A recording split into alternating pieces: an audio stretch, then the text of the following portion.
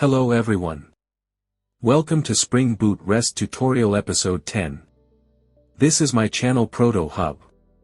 In this video, I will explain you on what is URI. I will also introduce you on types of URI. Let's move on. URI is a key part of REST programming, which is used to identify the resources on the internet, such as images, documents, data entities, or web services. The structure of an URI should be made up of several components, including a host name or IP address, port number, path, and an optional query string. The URI design should provide clues about what will be found at the identified location. It should also specify the type of operation it needs to perform.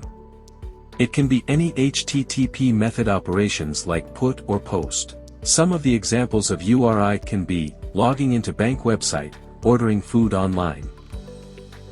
URI can be classified into two types. They are URN and URL.